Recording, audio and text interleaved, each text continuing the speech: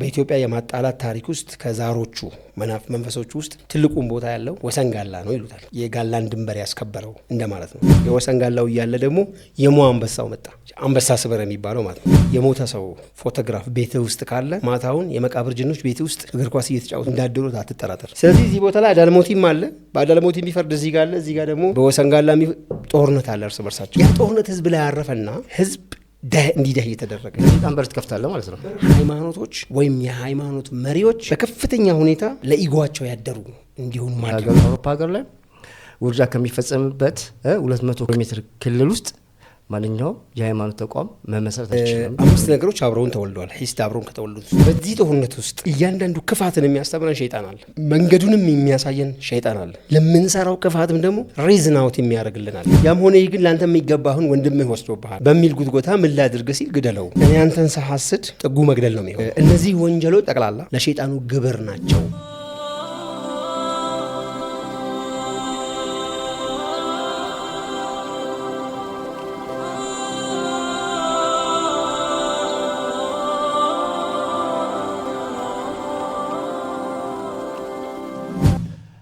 ቢስሚላህ እንግዲህ ተመልካቾቻችን አሁን የምትገኙት ወዳጆ አሊፋ ቲዩብ ላይ ነው።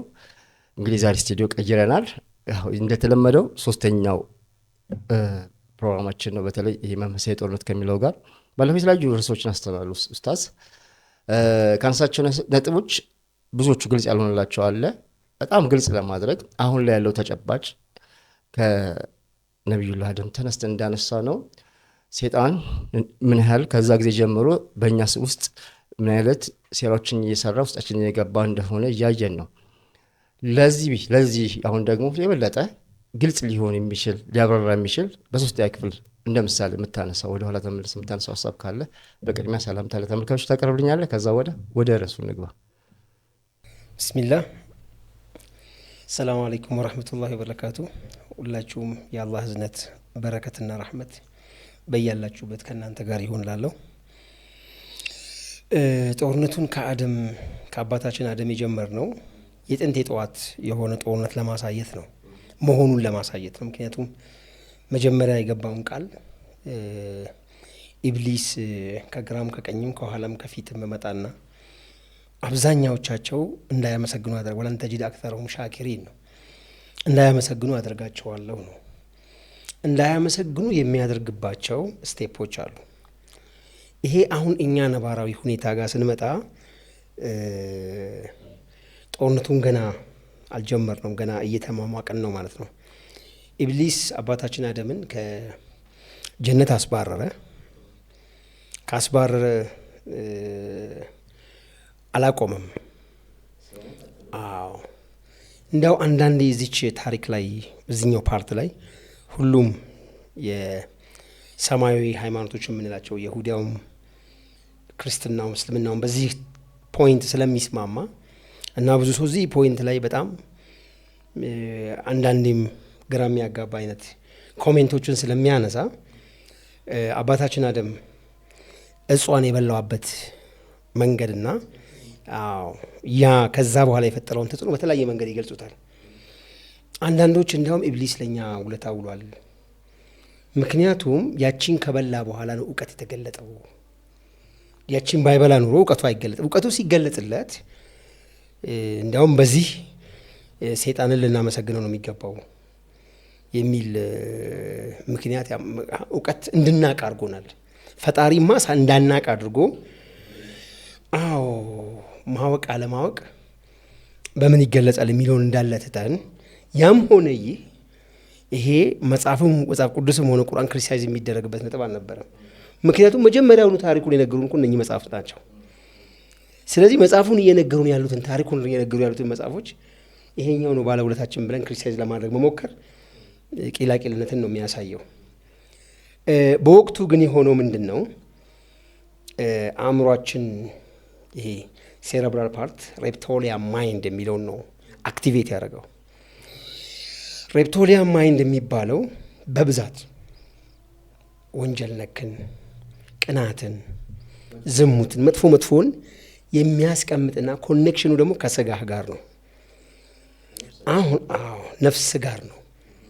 ለዚህ እኮ ነው ሁሉም በምትል ደረጃ ሃይማኖቶች የስጋን የበላይነት የሚቃወሙት እንጂ ስጋ ፍለሽህ ጎጂ ስለሆነ አይደለም። መጾሙ አንዳንዶች እንዲያውም ሱሉክ ላይ ያሉ ሰዎች ወደ አላህ መቃረብ ጉዞን የሚጀምሩ ሰዎች አልጋ ላይ ከመተኛት መሬት መተኛትን፣ አፈር ላይ መተኛትን የሚመርጡበት ሁኔታ ያለ ትላልቆቹ። ይህ ሁሉ ለምንድን ነው? የሬፕቶሊያን ማይንድ ይሄ የስጋ የበላይነትን የነፍስ የበላይነትን ለመቋቋም ነው። የሱን እኛ ላይ ያለውን ውሳኔ ሰፕረስ ለማድረግ ነው። ኢብሊስ ግን ያው አደምና ሐዋ ተባረሩ። ያው ዱንያን ይዘው ወደ ታች መጣን። ያው አሁን አላህ የፈለገው ነገር አለ። ያው ያኔ እኛን የመፍጠር ዓላማ ነበረውና ልጅ መፈጠር ተጀመረ ማለት ነው። ልጁ መፈጠር ሲጀምር ደግሞ ያው ወንድና ሴት መንታ ነበር የሚወለዱ። ክሪስ ክሮስ አድርጎ እንዲያገቡ አደረገ። ከዛ ያው ሌላ ጉትጎታ ጀመረች። እኮ ቆንጆ ናት፣ ያንተዋ እኮ መልከ ጥፉ ናት። አሁን እኮ ይሄንን ሀሳቡን የገለጸው ቁንጅና ራሱ የዛችን ያንተ እኮ ትበልጥ ነበር በቁንጅና፣ ለምን እሱኛ ወንድምህ ያገባታል የሚል ጉትጎታን ሲያመጣ የሀቢልና የቃቢል ታሪክ ነው። እስቲ መነሻውን ትንሽ እንንገራችሁ ታስግልጽ እንዲሆንላችሁ። ተወለዱ። እሺ፣ ሁለቱም መንታ ሆኖ ነበር የሚወለዱት። የሀቢል እህቱ ከአንድ እናት አባታቸው ወንድምና እህት ናቸው ሁላቸውም። ግን መንታ ሲወለዱ ሁለቱ መንታዎች ሌላኛውም መንታ ይወለዳሉ። ከዛ በኋላ አላህ ምንድን ያቀበረው ትእዛዝ? ያኛው አብሮ የተወለደችውን እህቱን አያገባም፣ እችኛውን እህቱን ግን ያገባል። ክሪስ ክሮስ ይደረጋል ማለት ነው። እንደዛ ሲያገቡ ኢብሊስ ሁለተኛውን ጉትጎታ ምን አድርጎ ጀመረ? ለቃቢል የሀቢል ያገባው ከቃቢል ጋር የተወለደችው አለ። ስለዚህ እሷ እኮ የተሻለች ቆንጆ ናት፣ አንተ እኮ እናትህ ሆድ ውስጥ እያለ እኮ ስትገፋህ ነበረ፣ በላይ ላይ ስትሸላ ነበር። ይህን ሁሉ እኮ ውለታዋን ችለህ ያገባ የተወለደችዋን ሴት ልጅ እንዴት ለሱ ትሰጠዋለህ? የተሻለ ቁንጅናውን እኮ እሱ አልሰራው። አሁን ይሄ ወንድምና እህት ሆኖ ነው። ያንን ተቀበላል። ከተቀበለ በኋላ ምን ላድርግ የሚል አሁን ይሄ ነው። ሸይጣን መጀመሪያ የሆነ ነገር ይጭርብሃል። ይሄ እኮ እንዲህ አልሆነም፣ ለእኔ ነበር እኮ የሚገባው።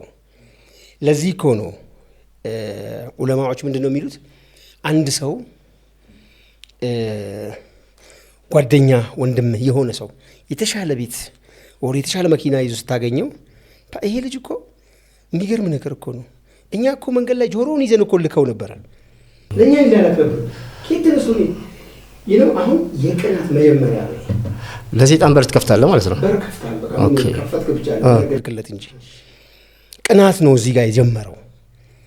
ትናንትና ከገጠር የመጡ ሰዎች ከተማውን ተቆጣጥረው ምናምን ትላለህ። ተበልጬ ነው የሚል ነገር አይመጣም።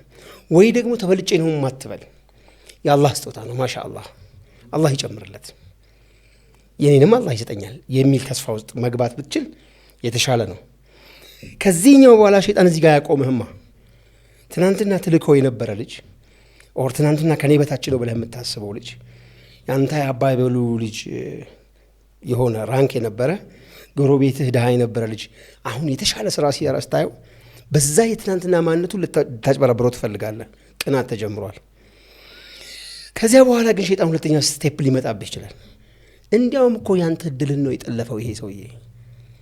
ለአንተ የሚገባን የነበረውን ነገር ለምን ሲህር አድርጎ የእናንተን ቤት የነበረው ሪዝቅ ነው የሰበሰበው ሊልህም ይችላል። ይሄ ወይ አንተ አስጠይቀህ ጠንቋይ ቤት ሂደህ አስጠይቀህ፣ ወይም ዝም ብሎ መናም እያሳየ መናም የሚመስል ነገር ሁሌ እኮ ሳየው እሱን ነው የማየው ይሉኛል ይመጡና፣ ያ ደግሞ በቃ ከኛ ቤት እድሉን ዘርፎ ነው የሚል እንደምታ ያለው ንግግር ይናገራሉ። ያ መጀመሪያ በተከፈተ በር ከዛ ኔክስት ምን ይደረግ? ይሄ ሰውዬ ላይ ሲህር አስደርጎ የናዚ አሁን ሲሰራው ይህ ሰው መብቱን ለማስጠበቅ ነው። አሁን ጦርነት የምንለው ይሄን እኮ ነው። መብቱን ለማስጠበቅ ሲል የዛን ሰው እድል ደግሞ እሱ ደግሞ ተላው ወደ ራሱ ማዞር አለበታ። ለና አሁን ጦርነት ተጀምሯል ማለት ነው። እሱም ሌላ ሰራዊት ልክ ነው። አሁን ያኛው እኮ በሰላም ሜዳ ነው ያለው፣ ሰርቶ ነው ያገኘው፣ ምንም የሚያውቀው ነገር የለም። ጠንቋይ ቤት ስትሄድ ፍርድ የሚፈርዱበትን ፍርድ ይፈርዳሉ። 100% ውሸት ላይ ተንተርሰው አይደለም የሚፈርዱት። 100% ውሸት የትኛውም ጠንቋይ አይፈርድም። ግን የሆነ እውነት የሚያስመስል ነገር አንተም ትናገራለህ። ትናንትና እኮ እኛ ቤት ነበር ይሄ ልጅ ያደገው፣ ትናንትና እንደዚህ ስናደርግለት ነበር፣ የእኛ ውለታ ነበረበት፣ ከእኛ አላወቅንም ነበር፣ በወቅቱ ግን እናቱ እንዲህ ታደርግ ነበር። ከዛ የእኛን ቤት ሪዝቅ ወደ ራሱ ገልብጦት ወጣ። መነሻ ይሰጣቸዋል ማለት ነው ኡስታዝ። ያ ፍርድ እኮ እንዴ ፍርድ አሁን እኮ ምንድን ነው መሰለ፣ ጦርነቱን ስናብራራ አንድ ስለምንገባ አሁኑኑ በደንብ አስረዳሃለሁ። ብቻ ሀቢልና ቃቢል ጋር ነው ያለነው። የተናገረውን ነው በቃ። ያቺ ቃቢል እኮ ከሱ ጋር ለተወለደችው ልጅ ቁንጅና ኮንትሪቢዩት ያደረገው ምንም ነገር የለም። ቆንጆስ ማለት ምን ማለት ነው? ማን ነው ቆንጆ? በማን እይታ ነው ቆንጆ የምንለው? አዎ እንዲያውም ፊሎዞፈሮች እንደ ድብና አድርገው ጥሩ መልስ የሰጡት ቁንጅና ላይ ነው። ኢን ዘ አይ ኦፍ ዘ ቪወር፣ እንደ ሰውየው እይታ ነው ቁንጅና። ገብቷል? እንዲያው እኮ ከንፈሯ ምን እንደሚያክል ብታይ ብሎ የሚገልጽልህ ቁንጅናን ሲገልጽ፣ እንደዚህ የሚገልጽ ማህበረሰብ እኮ አለ። መቼም ልኳንዳ ሊከፍት አይመስለኝም። ደቡብ አካባቢ እንደዚህ ነው የሚለሃል። ይሄ እንደየ ምልከታው ነው ማለት ምንድን ነው? ሸይጣን በዚህኛው በር ገብቶ ያሳየው ምልከታ ነው እንጂ ቁንጅና እናንተ የምንለካው አይደለም። ማን ነው ቆንጆ ያልሆነው ከኛ ውስጥ? ሁላችንም ለራሳችን ቆንጆ ነን። እንዳመለካከቱ ነው ስንልም ደግሞ በኒ አደምን ወለቀድ ኸለቅነል ኢንሳነ ፊ አሕሰኒ ተቅዊም እኮ ነው። ማን ነው ክርስቲያን የምናደርገው? እቺ ልጅ ቆንጆ አይደለችም ብዬን የምሰድባት ፍጡሩን ነው ወይስ ፈጣሪውን ነው የምወቅሰው ነው ጥያቄው። ያም ሆነ ግን ላንተ የሚገባህን ወንድምህ ወስዶብሃል በሚል ጉትጎታ ምን ላድርግ ሲል ግደለው። ገባ? ግደለው። አገዳደልም አያውቅም። አሁንም ይሄ ነው ሸይጣን ያስተበረን እውቀት። እንዴት መግደል እንዳለበትም አያውቅም ነበር። ከዚያ መቀየር እንዳለበት አያውቅም። እንዴት መግደል እንዳለበትም አያውቅም ነበርና ቁራ ሆኖ መጣና አንደኛው ቁራ አንደኛውን ቁራ ጭንቅላቱን በድንጋይ ቀጥቅጦ ሲገላ አሳየው። ለካ እንደዚህ ሰው መግደል ይቻላል። አያውቅም ነበር። በዚህ ጦርነት ውስጥ እያንዳንዱ ክፋትን የሚያስተምረን ሸይጣን አለ። መንገዱንም የሚያሳየን ሸይጣን አለ። ለምንሰራው ክፋትም ደግሞ ሪዝን አውት የሚያደርግልን አለ። ገባ? የሆነ ሪዝኒንግ ይሰጣል ማለት ነው። ከዛ ገደለው። ከገደለም በኋላ እኮ ምን ማድረግ እንደሌለበት ስለማያውቅ ሬሳውን ይዞ ሲዞር እኮ ነበር የወንድሙን ሬሳ። አሁንም እንዴት እንደሚቀበርም አሳየው። ይሄ ሁለተኛው ስቴፕ ነው። በዚህ ሁለተኛው ስቴፕ ውስጥ ሁለት ወንጀልን ተማርን። እንዴት ሰው እንደምናሐስር ተማርን። የሂስድ በር ሂስድ ይላሉ ኢማም አልጋዚሊ ኢህያ ላይ። ሂስድ ማለት ፕሮግራም ነው። በተቻለ መጠን በሆነች ነገር አክቲቬት ይደረጋል። በሆነች ነገር ወንድምህን ሊሆን ይችላል የምታሰደው፣ ጠላትህንም ሊሆን ይችላል የምታሰደው። ብቻ ያ ጥሩ ነገር እሱ ጋር እንዳይገኝ የፈለክ ቀን አክቲቬት አድርገዋል። ያ ማለት ምን ማለት ነው ብሎ ይተረትኑታል። ያ አላህ አንተ ተሳስተሃል፣ ይሄ ወንድሜ ጋር ከበደ ጋር ወይም አበበ ጋር ያለው ንዕማ መስጠት የነበረብህ ለእኔ ነው፣ ግን ተሳስተህ ለሱ ሰጥተዋል እንደማለት ነው። ኡስታዝ እዚህ ጋር ግልጽ እንዲሆንለት የፈለግነው ሂስድ የሚባለው ራሱ ከማህበረሰቡ ከቤተሰብ የምንኖር ሰው ነው ወይስ ከራስሽ ክሬት የሚደረግ ነው? ይህ ትንሽ ግልጽ እናድርጋቸው። 5 ነገሮች አብረውን ተወልደዋል። ሂስድ አብረውን ከተወለዱት ውስጥ ነው። የተፈጥሮ ፕሮግራም ነው። ጀስት ይሄ ስማርትፎን ስትገዛ አብሮ የተፈጠሩ ዩቱብ እነ ምናምኖች አሏል። ሌላ ሶፍትዌር ደግሞ ተጨማሪ ትጭናለህ የተሻለ ለመጠቀም። ሂስድ የምትለው አብሮ የተወለደ ሶፍትዌር ነው። ሶፍትዌሩን መጠቀም ያለ መጠቀም ግን አንተ መብተራል። አክቲቬት አረከው ማለት እሱ ነው። መጠቀም ጀመርክ። ስትጀምር በሂስድ በር ላይ ይገባል። ደረጃ አስቀምጠውለታል። በደረጃ ከ1ኛ እስከ 7ኛ ደረጃ እንዲያውም ስም ሰጥተውታል። ከሂቅድ ነው የሚነሳው። ትንሽ ሂቅድ ማለት አይ አምሮበታል ግን ይሁን ችግር የለውም ብለህ የምትተውበት ደረጃ ነው። መጨረሻ ሂስድ የሚባል ደረጃ ላይ ከሱ ላይ ያ ኒዕማ እንዲሄድ መመኘት ስትጀምር ነው። ማድረግማ ሌላ ጉዳይ ነው። ማድረግ ከጀመርክማ ሌላ ወንጀል እየሰራህ ነው። ካይስ ዳለፍክ እንዲሄድ ስትፈልግ ይህን አክቲቬት የሚያደርጉልህ ሌሎች ሰዎች ግን ያስፈልገዋል። አንተ ዘግተኸው የሆነ ሰው መጥቶ አሁን ቅድም ያልከው ማለት ነው። ሰውም ሸይጣን ነው፣ ትልቁ ሸይጣን ነው በጉትጎታ መስመር። አሁን መጀመሪያ እኮ በሰላም ሜዳ ነበር። በሰላም ሜዳ ስልህ ሸይጣኖች ተባረዋል፣ እዚህ ምድር ላይ የሉ። ከእኛ ጋር ኮኔክሽናቸው በሀሳብ መስመር ብቻ ነበር። ሩቁ ነው የሆነ ፍሪኩዌንሲ ወደ አንተ መላክ ብቻ ነበር። ያኔ ሀሳብ ይሆናል አንተ ጋር። ሀሳብ ማለት እኮ ይሄ ነው። ይሄ ሀሳብ ደግሞ እንዴት ነው የገለጹት መሰለ? ይሄ ሩህ የምንለው ዓለም የሩህ ዓለም በተለይ በልጅነትህ ከአንተ ጋር ነበር። ስታድግ ከላይ ነው ያለው። መሀል ላይ ፊልድ ኦፍ ፐርሶናሊቲ የሚባል ፊልድ አለ። በአንተ ሩህና በአንተ ጭንቅላት መሀል ፊልድ አለ። ልክ ያ ሀሳብ እነሱ የሚልኩት ሀሳብ በዚህኛው በሩህ ይመጣና ይሄንን አእምሮ ወደታች ይመታዋል። ልክ ቷ አርጎ ሲመታው ያንተ ሀሳብ ያንተ ቀልብ አእምሮህ ራሱ አለም ያንተ ልብ በዚህ በልብና በአእምሮህ መሀል ኮኔክሽን አለ። ያንተ ልብ እዚህ ላይ መጥቶ ለመታው ሀሳብ ወይም ፍሪኩዌንሲ ሬስፖንድ ሲያደርግ እሱ ማሰብ ሲጀምር ብዙ ሺህ ሀሳቦች እኮ ዝም ብሎ ያልፋሉ። አንተ ግን አደመጥከው። በቃ ካደመጥከው አሁን ሬስፖንድ ማድረግ ጀምረሃል። ከማድመጥ በኋላስ በዛ ላይ ጊዜ መውሰድ፣ ጊዜ ወስደህ ማሰብ፣ ማሰላሰል።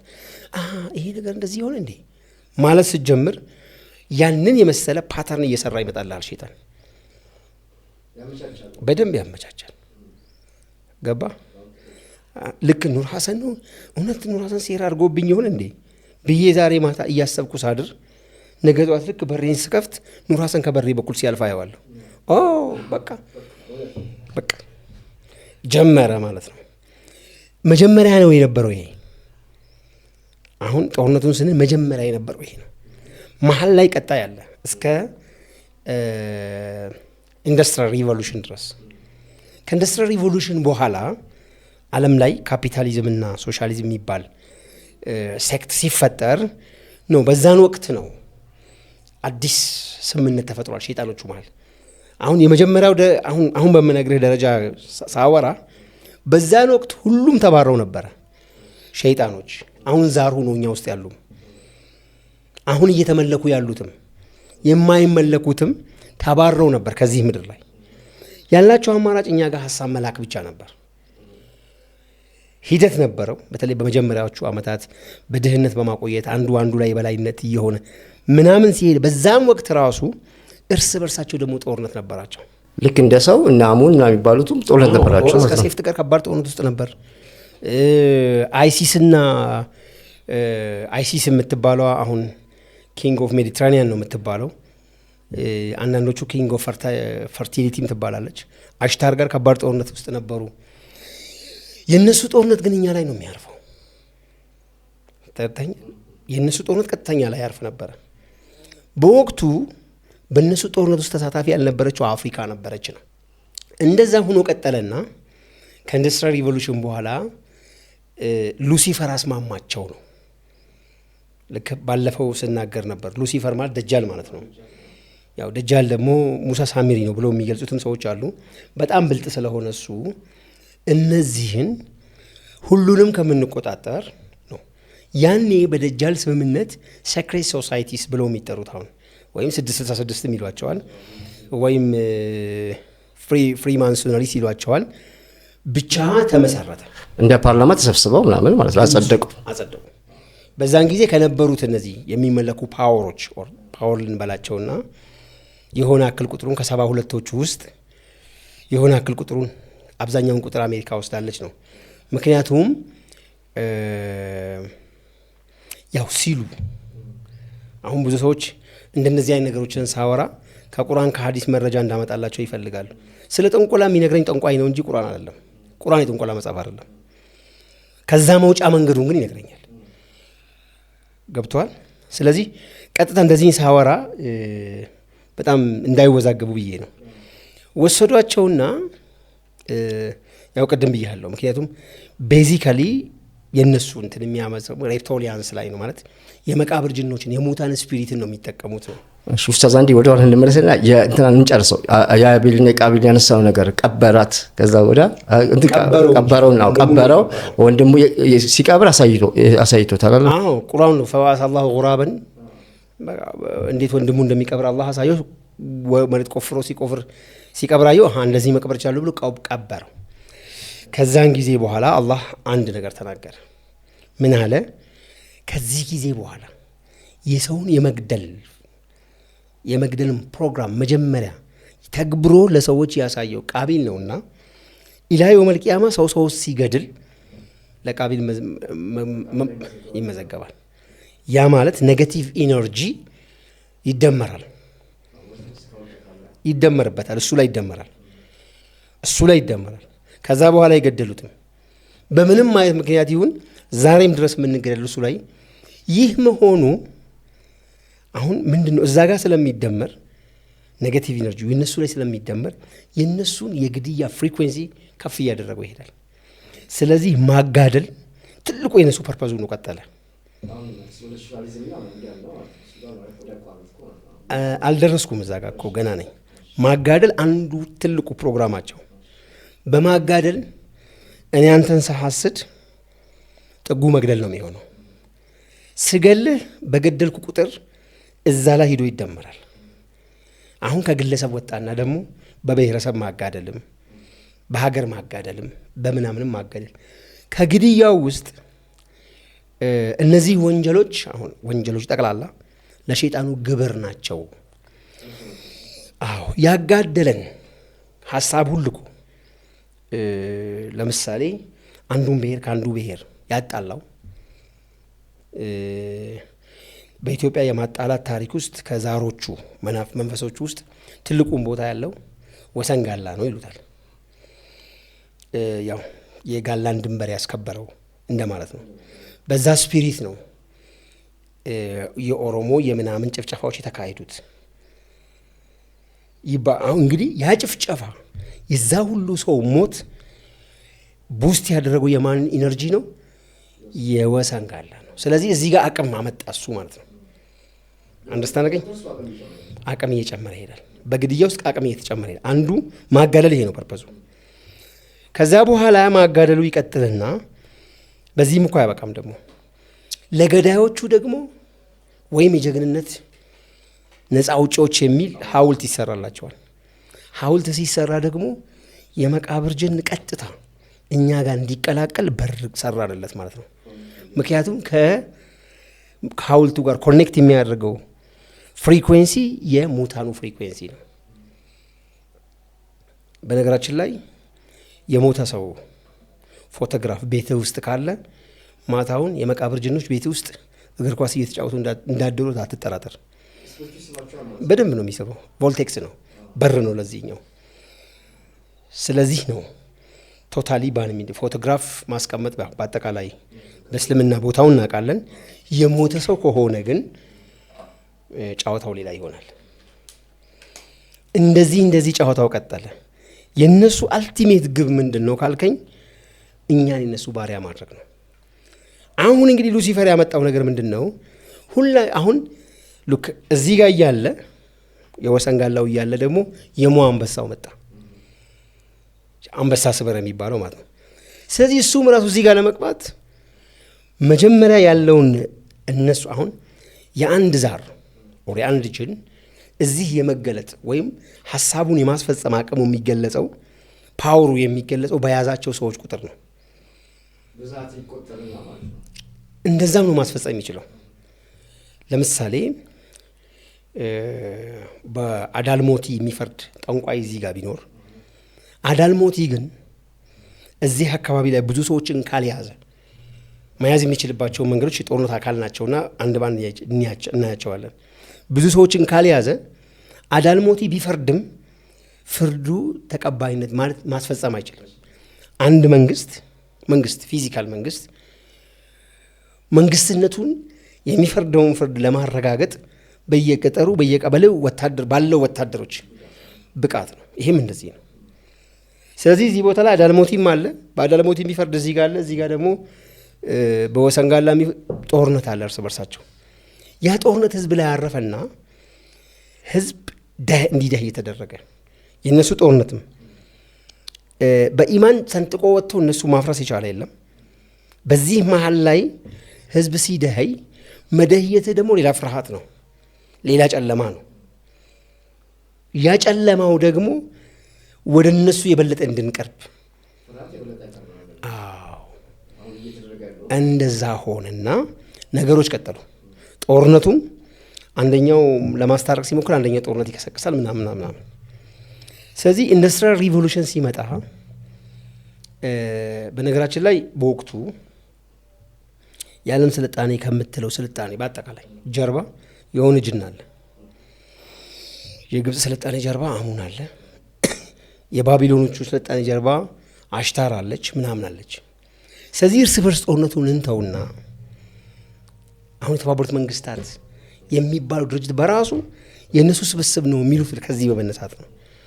ስለዚህ እናንተም ተስማሙ፣ የሆነ ሀገር ይሄን ይቁረጥ ይሄን ይቁረጥ ተብሎ በህግ መተዳደር ተደርጎ ወደዚህ መጣ። አዎ አሁን አስቸጋሪው ሀገር ከዛ በፊት ጀምሮ ለነዚህኞቹ ለዋናዎቹ አውሮፓ ላሉ ለነዚህኞቹ አልንበረከክም ብሎ ያስቸገረው የአፍሪካው ነው። ስለዚህ አፍሪካን መጀመሪያ በኮሎኒ መያዝ ነው፣ ፊዚካል ኮሎኒ። ከፊዚካል ኮሎናይዜሽን ለማድረግ ግን ቀደም ብሎ ስፕሪት እየመጣ ኮሎናይዝ ያደርግ ነበር ነው ያደረገባቸው ቦታዎች አሉ። አዎ ከዛ በፊት ግን እንዴት ነው ሰዎች ውስጥ የሚገቡት? አሁን ፍራቻ ሀሳብ በመላክ አንድ ጉዳይ ነው።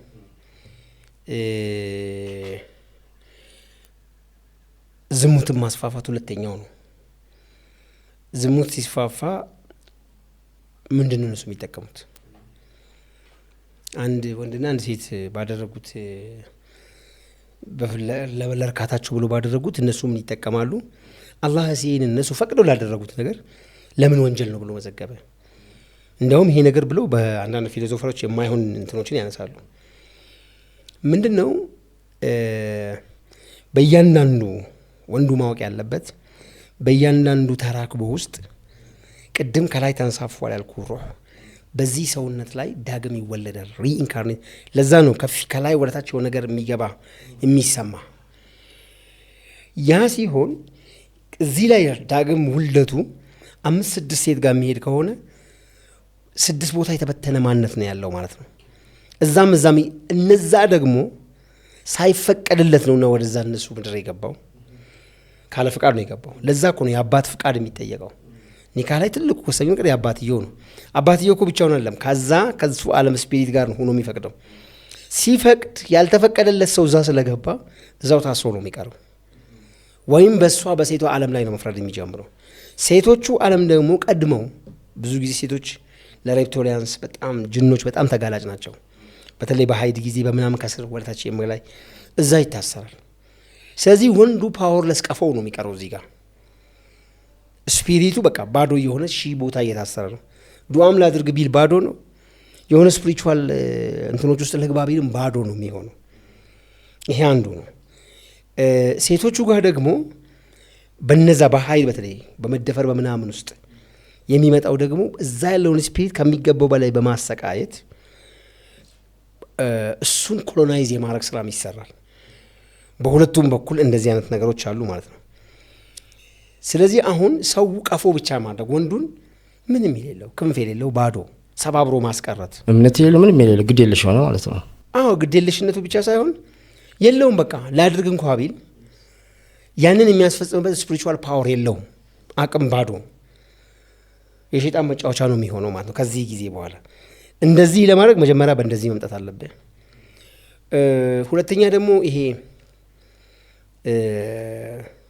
አዝርዕት ላይ ሰው ላይ በሽታ መንዛት ፕሪኮሎናይዜሽን ኮሎናይዝ ገና ሲጀምር በጣም ብዙ በሽታዎች በአፍሪካ ወረርሽኝ ሆኖ የተከሰቱ ያኔ ነው፣ በኮሎኒ ፔሪድ ነው።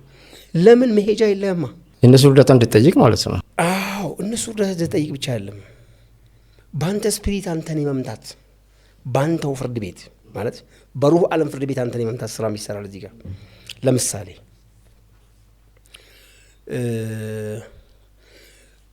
ወረርሽኝ ሲገባ አንተ እሱን በመንካትህ ነው በሽታው ይይዛል። ስለዚህ ወንድምህን ጎረቤትህ ላይ ሆኖ ሞቶ አትጠይቀው ይጋባ ስለምትባል። አዎ አላህ ግን አንተ ምን ብሎ ነው የሚጠይቀህ? ታምሜ አልጠየከኝም ሙቼም አልቀበርከኝም ነው። እኔ እኮ በመቅበሬ ውስጥ አላህን አገኘው ነበር። እዚህ ምድር ላይ የመገኘት ትልቁን ፐርፐስ ሶሻል ፕሮቴክሽን ማሳጣት ነው በዚህ። ስለዚህ ሆን ብሎ እየሰሩ ወደኛ ይልካሉ። እንደው አንዳንዶቹ ሲናገሩ ብሰማቸው፣ በተለይ ሱዳን አካባቢ ያገኟቸው ሻኾች ወባ ሲመጣ በአይን አይተነዋል። ጅኑ ነው ሲመጡ።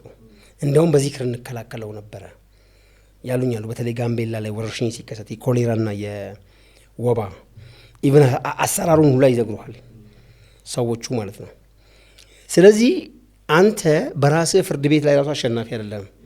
ወንድምህን የማትቀብር፣ ልጅህን ታመመ ብለህ ጥለህ የምትሸሽ፣ አባትህን የማትቀብር፣ ለአባትህ የማትሆን በቃ ምንድን ነህ ታዲያ አንተ? ሰብአዊነቱን ያጠፉታል። በቃ በዚህ እንዲጠፋ ማድረግ ነው። ሴቶች ላይ ደግሞ ከፍተኛ የሆነ ውርጃ ማስከተል፣ ሴቶችን ኢዝሊ አታክ ማድረግ ስለሚችሉ፣ እዛች ጋር በሩ መከፋፈት ስለሚችሉ ከፍተኛ የሆነ ውርጃ እንዲከሰት ማድረግ። ዝሙትን ለማስፋፋት እንግዲህ ሲባል ደግሞ ኢንተርሚዲየት ጎሎች አሏቸው። ለምሳሌ ከዚያም በፊት ቢሆን በተለያየ ካልቸር በተለያየ ባህል መሰል ነገር እየመጣ ወንዱ ሴቷን ከሚገባው በላይ እንዲበድላት ማስተማር። አንዳንዶቹ ሴቷ ዝሙት ትሰራለችና ተብሎ ብልቷን መስፋት። ያሁን ከሂውማኒቲ በጣም የራቀ ከሸይጣን ካልሆነ ከማንም አልተማሩትም። መልሰው ደግሞ መጥተው ይሄን ያመጣው እኮ መገረዛቸው ነው፣ ግርዛት መከልከል አለበት ብለው ደግሞ ይመጣሉ እዚህ ጋር። መገረዝ ካለው ጥቅም ውስጥ አንዱ ሴቶችን ስሜት መጠነኛ ያደርገዋል።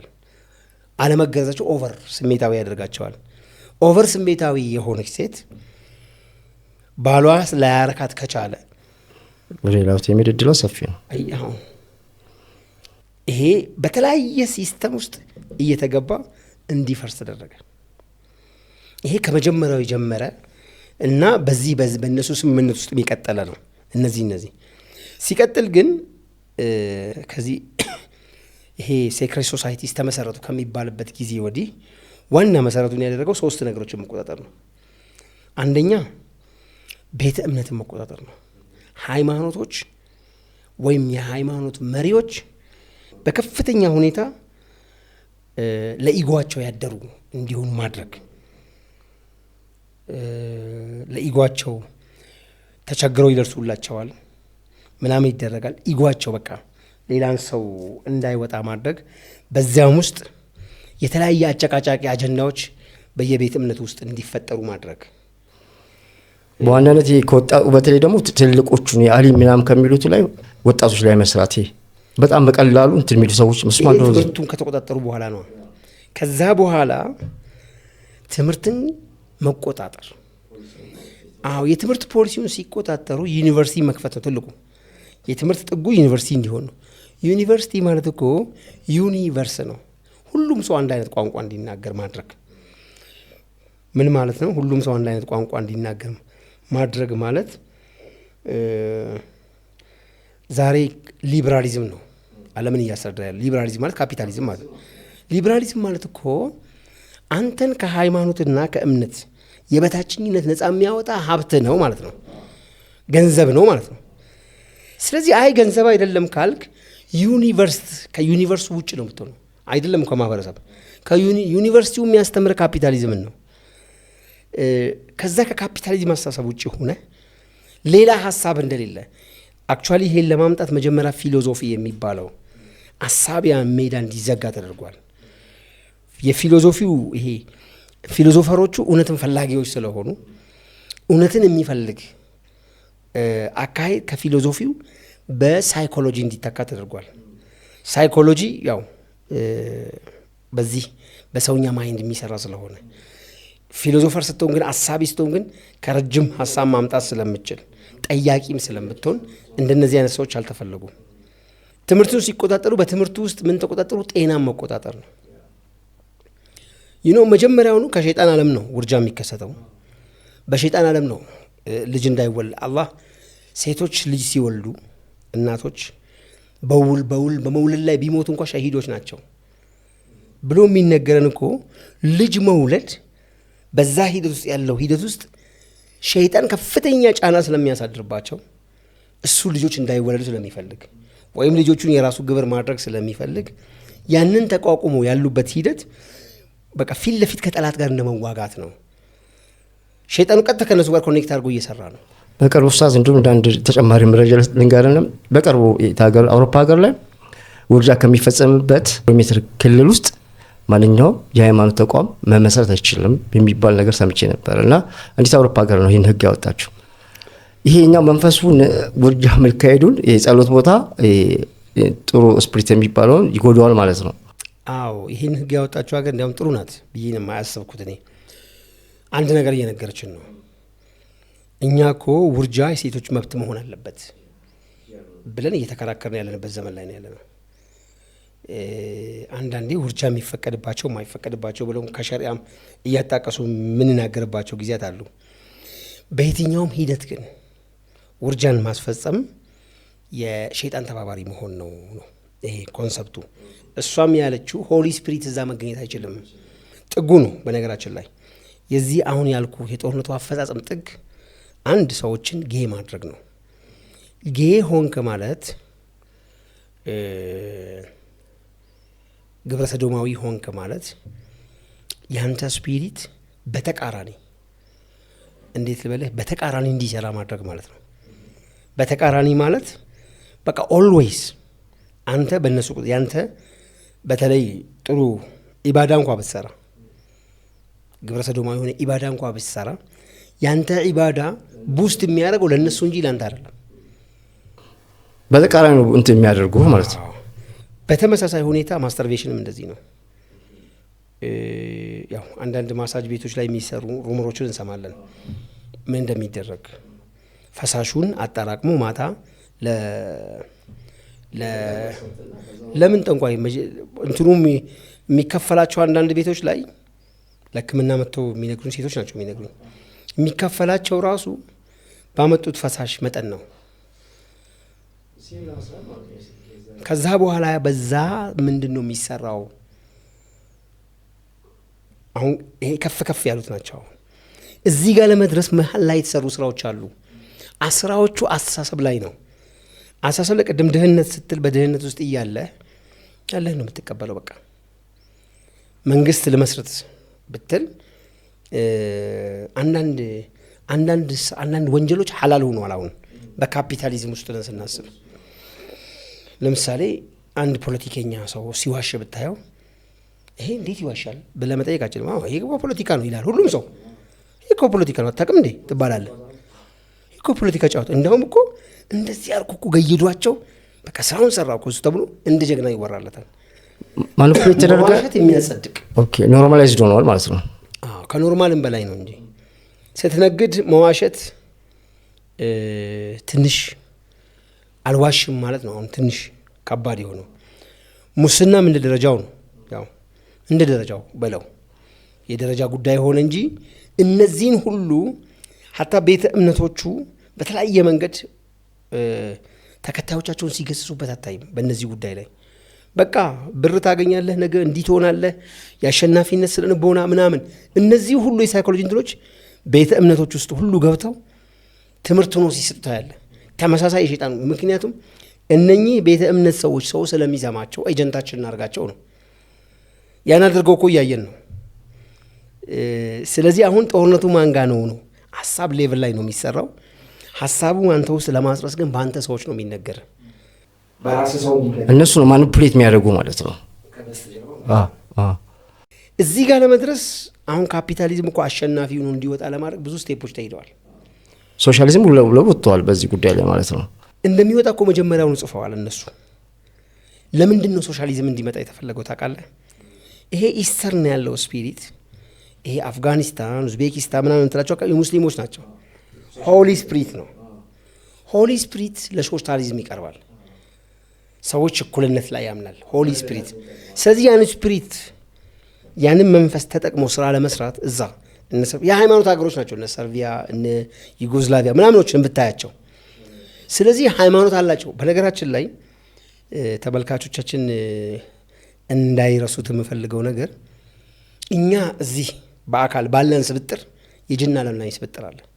ኦሮሞ ካልኩኝ የኦሮሞ ጅን አለ ከኦሮሞ ጀርባ። አማራ ካልኩኝ የአማራ ጅንም አለ። አንዳንዶቹ ምንድነው የሚያደርጉት እዚህ ስራ ውስጥ ፊት ለፊት ብቻቸውን ከሚዋጉ ለምሳሌ ለአንዱ ብሔር ሲዋጉ መጀመሪያ ቀድመው የራሳቸውን እዛ ላይ የሚዋጋውን ስፒሪት ነው የሚቀሰቅሱት በተለያየ መንገድ በጥንቆላም በለው በምንም በብዙ መንገዶች ያ እንደሚመጣ ስለሚታወቅ መጀመሪያ ሶሻሊዝም ያ ካልሆነ ካፒታሊዝምን ሊቀበል የሚችል ስፒሪት አይደለም እዛ ያለው። ስለዚህ ሶሻሊዝም ግን ሆነና በሙስነኞች በገዳዮች ፊት ለፊት ያስቀመጧቸው ባለስልጣኖቹ እነ ስታሊን ናቸው እኮ ኢስት ላይ ያሉት። እዚህም እኮ የኛ ሀገር ላይም ከፍተኛ ጭፍጨፋ የተደረገው በሶሻሊዝም ዘመን ነው።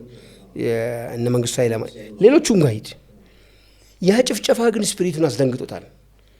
ስለዚህ ከዚህ በኋላ ነው እንትን ይዘህ የምትመጣው ካፒታሊዝም እነሱ ጋር ይዘህ የምትመጣው። ይሄንን በስተጀርባ የሚዘውር ፊዚካል አካል ግን እኛ ጋር አለ። ዛዮኒስቶች ናቸው እነሱ ናቸው እንግዲህ ሜዳ ተቀጣጥረው ያሉት። ስለዚህ እኛው ቤት ውስጥ አንተው ቤት ውስጥ አንተው ላይ ከባድ ጦርነት አለ። ጦርነቱ የሚጀምረው ከአሳሰብ ነው። ስትደኸይ መጀመሪያ በዛር መጡብን። እኛ ዛሩ ጋር የሚካሄደው እኮ ውርጃ ስላስቸገራት እንደ ውርጃ እኮ አስቸገረኝ ምናምናም ብሎ ሂዳ በወቅቱ ሕክምና የለም አንድን ባለ ውቃቤ ወይም ፈራጅ ነው የምትጠይቀው። አይ ጥቁር ፍየል ረጂና በሱ ደም ታጠቢ ይላታል። ደሙም ሐሳቧም ምኑም ለዛኛው ሰይጣን ግብር ነው እያስወርደላለው። እሷ ግን የምታስበው መዳኗን ብቻ ነው ይህን በቃ ምናምን ካሉ በኋላ ሲዘውሩት የነበሩት እነሱ ናቸው እኮ። በዛሩ እኛ በደንብ ከተጠመቅን በኋላ አሁን ደግሞ የእናቶችን ሞት ለማስቀረት እንዲህ እናድርግ እርዳታ ይዘውልህ ይመጣሉ። ጦርነቱን ይቀሰቅሱታል። ፊዚካል ለምነኩ ብዙ ነገሮች አሉ። ዝም ብለህ የምታይ አፍጋኒስታን ሲደበደብ ለአፍጋኒስታን ህዝብ በአውሮፕላን ደግሞ እህል እናወርዳለን ብሎ ሬዲዮ ነበር ሲያወርዱላቸው የነበረው። ሬዲዮ ደግሞ የአሜሪካን ፕሮፓጋንዳ የሚናገር አሁንም ታመን የሚመጣልን እህል ወይም የሚመጣልን ምናምን ፕሮፓጋንዳው የነሱ ጉዳይ ማስፈጸም ለኛ ይነገራል። አይኤምኤፍና ወርልድ ባንክ ማለት ነው ከችላሉ ከዛም በላይ ሊሆን ይችላል። ስለዚህ እንደዚህ አይነት ጦርነት ውስጥ እያለን ኔክስት ስቴፕ ግን አሁን ሲመሰረት ለእንደነዚህ በእንትኑም ይሁን በእርስ በርስ ጦርነቱም ይሁን በምናምኑም ይሁን ቀጥታ በእያንዳንዱ ሂደት ውስጥ ምንድን ነው አንተን እኛን ከአላህ ራህመት ማድራቅ ነው የሚፈለገው። ይህ እንደ መፍትሄ የምንጠቁማቸው ነገሮች አሉ። ኡስታዝ እንደ መጨረሻ አሁን የሆነ ነገር ሀሳብ ይዘዋሉ። እኔ አሁን በራሴ ያሰብኳቸውን አግላ የካፒታሊዝም ሲባል የመጀመሪያው ከሶሻሊዝም ማለት የማህበራዊ መግባባት በጣም ሶሻብል እንድትሆን ነው የሚያደርገው። ተመልካቾች ግልጽ እንዲሆንላቸው ካፒታሊዝም ያው በዋናነት ስራና ሀብታሙን ከዛ ወዲያ እንደፈለክ መኖር ትችላለህ አይነት አስተሳሰብ ነው። ወይ ግለኝነትን ነው። ከዛ ወዲያ መጣንና ታጥረናል በተለያዩ መንፈሶች። ሆሊ ስፒሪቱ እየራቀን ነው ማለት ቀፎ እንዳልኩ ቀፎ እየሆነ ነውና አሁን ለመሰብሰብ ያህል ምንድን ነው መፍትሄ? እንደው አሁን ከዚህ ሀሳብ ላይ እንደ መፍትሄ ወደ ኋላ መመለስ ስልህ ከየት ልጀምርልህ መሰለህ? በዛ መሀል ስሞቻችን አስቀይረውናል እኮ። እንዴት ልበልህ? በትልቅነት ዘመን ግሬት ፐርሺያን የምትባል ሀገር ነበረች። አሁን እሷ ጉዳዩን ተረድታ እየሰራች ነው ብዬ ስለማምን ነው። ባለፈው በሰራ ነው ቪዲዮ ላይም እንዴት አድርገው የእነሱ ጠላት ደጃል እንደሆነ እና ይሄ እስራኤል ምናምን ጦርነት እንዳልሆነ እንዴት አድርገው እንዳሳዩን ሰርተን ነበር። በዛው ልክ ከዚህ ኔክስት ስቴፕ ምን ይመጣል? ያኔም ነግሬህ ነበረ። በዶላርና በፔትሮሊየም መሀል ያለው ሪሌሽንሽፕ መስበር ነው የሚፈልጉት እነኚህ ሰዎች እያልኩ ነበር። ያም በብቃት እየሰሩ ያለ ይመስለኛል። ለምን? ስለገባቸው ነው። ኔክስት ስማችን ይቀየርልን ሁላ የሚሉ ይመስለኛል። ወይም ወደ ግሬት ፐርሺያን ሌሎች የቀሩ ሀገሮችን አስተባብረው ወደ ፐርሺያ የሚመለሱ ይመስለኛል። ኢራኖች ራሳቸው እኛ ጋር ስትመጣ ትልቁ የሰራብን ሴራ እኛ ትልቅነታችን ከሀበሻ ጋር ነው ያለው ስንባል ወደዚህ ከመሻገሬ በፊት ሀበሻን ኢትዮጵያ ሲያደርጓት ሀበሻ አቢሲኒያ የሚባለው እኮ ነው ትልቁ። ከዛ በፊት አቢሲኒያ ነው። አሁን ሀበሻ ስትል ኦሮሞን ሀበሻ ስትለው አይወድም አብዛኛው። እንደኔ ሀበሻ ነኝ ሀበሻ እዛ ሰሜን ያሉት ነው ይልሃል። ሶማሌ ግን በጣም ደስ ይለዋል ሀበሻ ብትለው። ሱዳን በጣም ደስ ይለዋል። ለምን? የረሱሉላህ ዱዓ አለው ብለው ስለሚያስበው። ሀበሻ እኮ ማለት አትላንቲክ ኦሽን እኮ አቢሲኒያን ኦሽን ነበር ድሮ ስሙ። አትላንቲክ ሆኖ ሲቀየር ኔቶ የሚለውን ወርድ ለማምጣት ነው የተፈለገው። ይተነትኑታል አሁን ሰው ኔቶ ኖርዝ አትላንቲክ ማለት ነው። ኖርዝ አትላንቲክ ማለት የደጃል ሌላ ስም ነው ብሎ ይተነትኑልሃል አንዳንድ መጽሐፍት ላይ። ያ አሜሪካ የምትመራው በቃ አሁን በቃ አገርን እየገዛ ያለው የተባበሩት መንግስታት የሚመራው ያው እሱ ነው የሚዘውረው። ስለዚህ ሀበሻነት የአፍሪካ ትልቅነት ነው። ለዚህ ለእኔ ለአንተ ምናምን ብቻ አለም። በዚህ ልክ ምንድን ነው ያደረጉት? ረሱሉላህ ከምንም በላይ ዱዓ ያደረጉት ለሀበሻ ነው። እኔ ግን ሀበሻ አይደለሁም፣ አልሆንኩም፣ መሆንም አልፈልግም። ስንህ ሲሆን ምንድን ነው የሚሆነው ታውቃለህ? ጅብሪል የረሱሉላህን ዱዓ በረካ ኒዕማውን ይዞልህ ሲመጣና እንካ ብሎ ሲሰጥህ እኔ ሀበሻ አይደለሁም ሂድና ሀበሻ ፈልግ እያልከው ነው ማለት ነው። ስለዚህ ኦሪጂናሊቲያችን ከሰውነት መጀመሪያ ወደ ተፈጠርንበት ኦሪጂናሊቲ ለመመለስ በመብቃቃት የድሮ ማንነትን መፈለግ ነው። ወደዛ መሄድ ስትጀምር ይሄ አሁን ይሄ ኦሪጂናሊቲ ነው። ዝሙት አለመስራት ኦሪጂናሊቲ ነው። ይሄ ፌክ ነው ዝሙተኛ መሆን። በተለያየ ይሄ ካፒታሊዝም እንትኖች ብቻ ይሄ ሶሻል ኢንተራክሽኑን ለማጠንከር የግድ የሆነ ስም ልሰጠው አይገባም። እዚሁ ካፒታሊዝም የሚለው ውስጥ ሁኜ ራሱ የራሴን ግለሰባዊ ግዴታ መወጣት አለብኝ ነው። ያንን የማደርገው ግን በራሴ ላይ ነው ጦርነቱ ያለው ስላለ ራሴ ላይ ነው የምጀምረው። አሳሰቡ መቀየር የምጀምረው ከኔና ከቤተሰቤ ነው ማለት ነው። አንዱን የሚያስቀምጡት በተለይ ግርዛት ሴቶች እንዳይገረዙ የተደረገው ዝሙት እንዲስፋፋ ለማድረግ ነው፣ አንዱ መሳሪያ ነው ብለው የሚያነሱ ሰዎች መፍትሄው በሚገርም ሁኔታ እኮ ችግር ላይ ብትወድቅ ልጅ አሁን የሆነ ችግር ቢኖርብህና መገረዝ አለባት እንኳ ብለህ ብታስብ ሆስፒታሎች እንኳ ሂደህ እኮ መገረዝ አትችልም። በህጋዊ ደረጃ ራሱ የሚባል ነገር የለው። ይሄ አሁን ትልቅ እንትን ነው። ግን ያንን ለመቋቋም በተለይ ሴቶች ግራዋና ደረቅ ግራዋና ቁርቁራ ቅጠልን ግማሽ ግማሽ አድርገው በተለይ በፔሪድ ወቅት ፔሪዳቸው ሲመጣ በሱ ቢታጠቡ አንደኛ ከሸይጣኑ ትንኮሳ በጣም ይድናሉ። ሁለተኛ ይሄኛው የማህፀን ካንሰር እንዳይፈጠር ለማድረግ ከፍተኛ ሚና ይጫወታል የሚሉ ጽሁፎችን አንብቤያለሁ። ይሄም አንድ ሶሉሽን ነው። የግድ ፊት ለፊት ዝም ብለህ በማይሆን ብቻ ነገር መጋፈጥ ሳይሆን ባለህ ነገር በአስተሳሰብ ደረጃ ነው ራስህን መቀየር አለብህ። መጀመሪያ አንተ ራስህን መቀየር ስትጀምር እዚሁ ኢቮሉሽን ይጀምራል። ስፒሪቹዋል ኢቮሉሽን አንተ ላይ ይጀምራል። አንተ ላይ የሚያደርገው ኢቮሉሽን ማህበረሰባዊ ኢቮሉሽን ይፈጥራል ማለት ነው። ስለዚህ የመጀመሪያው ፍርሃት ሳይሆን ራስህ ላይ ኢቮልቭ ለማድረግ ወስነህ ዝግጁ መሆን ነው። ያኔ አላህ ይረዳሃል፣ ኢቮሉሽኑ ይቀጥላል ማለት ነው። ሀይር ኢንሻአላህ። ምናልባት የምጨምረው ነገር ካለ ከሌለ እኔም ፕሮግራሙን እንግዲህ ዛሬ በጣም ጣፋጭ ወግ ነበር የያዝነው። በተለይ ደግሞ አሁን ላይ ያለውን ነገሮችን ከመከሰታቸው በፊት ማወቁ ጥሩ ነው። አንዳንዴ ካለ ማወቅ መረጃ አግኝቶ መዘጋጀት ጥሩ ነው። የምናያቸው ነገሮች ወደ አንድ መስመር እየስጓዙ ይመስለኛል። ምክንያቱም ካፒታሊዝም የሚባለው ጽንሰ ሀሳብ ከመጣ በኋላ ማህበራዊነት እየጠፋ ግላዊነት በጣም እየተስፋፋ ነው። በተጨማሪ ደግሞ የበለጠ እዚህ ላይ ኡስታዝ ምናልባት እኔ ታግዘኛል ብዬ የማስበው ትልቁ መውጫችን መንፈሳዊነት ይመስለኛል። ወደ አላህ መቅረብ፣ ይሄ ሆሊ ስፒሪታችንን በእኛ ፕሮግራም ማሳደግ።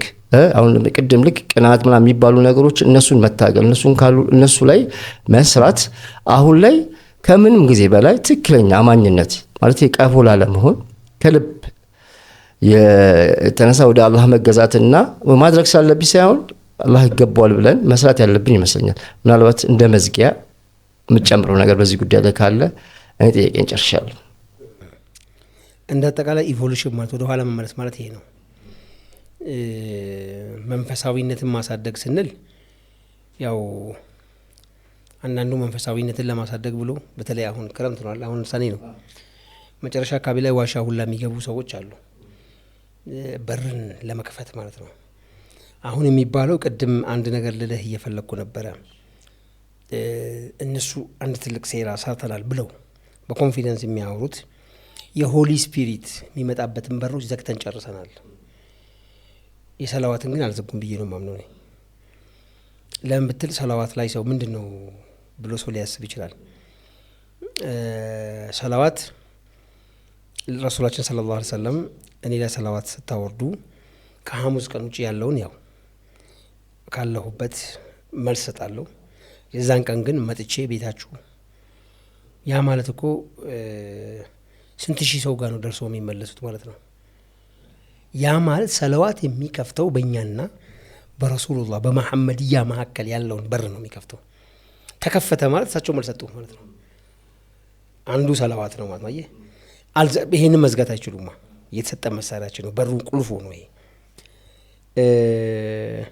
አሁን ብዙዎች የሚያነሱት ኤፍራጥስ ወንዝ ደርቋል፣ መድረቁ የምናምን መቃረቡን ነው የሚያሳየው። እኔ ስለ መቅረብ አለመቅረቡ አያገባኝም። እኔን የሚያገባኝ እንዳይቀርብ ኸይር ስራ መስራት ነው። እኔ በሰራሁት ኸይር ስራ፣ ማህበረሰቡ በሚሰራው ኸይር ስራ ቅያማ ይርቃል። ቅድም እንዳልኩ ኔጋቲቭ ኢነርጂ ኔጋቲቭን እየሳበ ስለሚሄድ ነው።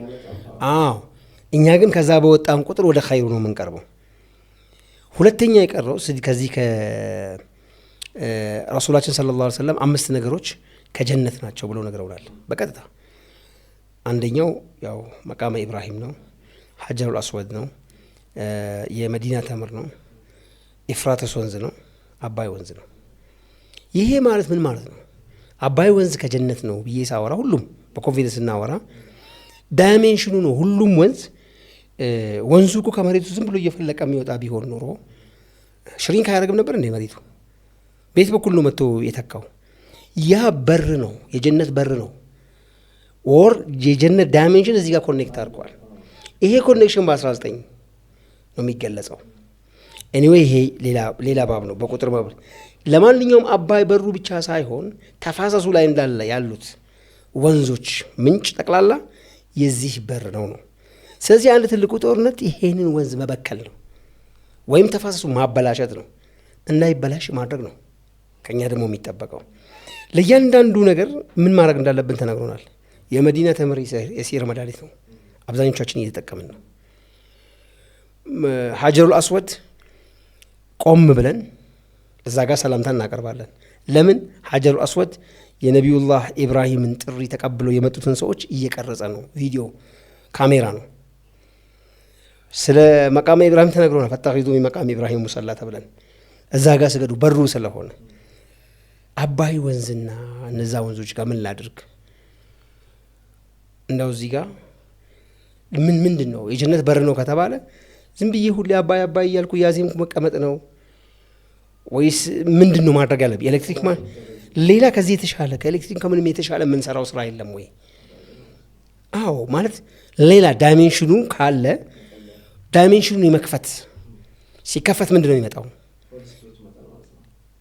ሜቢ እሱንም ምክንያቱም እንትን በቀጥታ ዝም ብለህ ስትመጣ ሰው ጉጉ ስለሆነ ሌላ ነገር ውስጥ እንዳንከተው ብዬ ነው።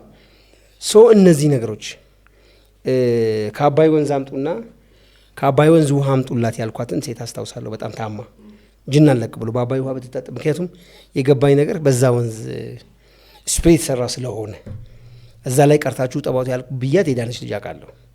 ሜቢ ሕክምናም አንዱ ነው፣ መጠጣትም ሌላ ነገር ሊሆን ይችላል። ብቻ ያልሰራንባቸው ኤሪያዎች አሉ። ግን ይሄንም በደንብ ቀስ ብለን በተነገረን ብቻ ሳይሆን ዩኒቨርስ ባልኩት ቅድም ብቻ በሰማናቸው ብቻ ሳይሆን በደንብ በማሰብና በማስተንተን ልንሰራቸው የሚገባ ብዙ ነገሮች አሉ ነው። አላህ ኸይር ጊዜ ያምጣልን። እንግዲህ ውድ ተመልካቾቻችን ያው ከመሰናበቱ በፊት አንዳንድ ነገር ልንገራችሁ። በተለይ ኡስታዝ እንዳለው ፍርሃት በዚህ ጊዜ አያስፈልግም፣ ማወቅ ነው። ሌላው ደግሞ ስለ አባይ ወንዝ እና ስለ ኤፍራታ ወንዝ ያነሳነው ነጥብ የሚቀጥል ነው። ሊነካካናቸው ከሀበሻ ጋር ያሉ ታሪኮችም አሉ። የእናንተን ጥያቄ ተያይዞ የሚቀጥል ኢንሻአላህ እንመለሳለን። ሀሳብ አስተያየታችሁን ያው ወዳጆ አሊፋ ቲዩብ ላይ ነው የምንገኘው። ሰብስክራይብ እያደረጋችሁ ጥያቄዎቻችሁን እንደተለመደው መጠየቅ አስተያየት መስጠት ትችላላችሁ። በሚቀጥለው በሌላ ፕሮግራም በተመሳሳይ ፕሮግራም እንገናኛለን። ሰላም አለይኩም ወራህመቱላሂ ወበረካቱ።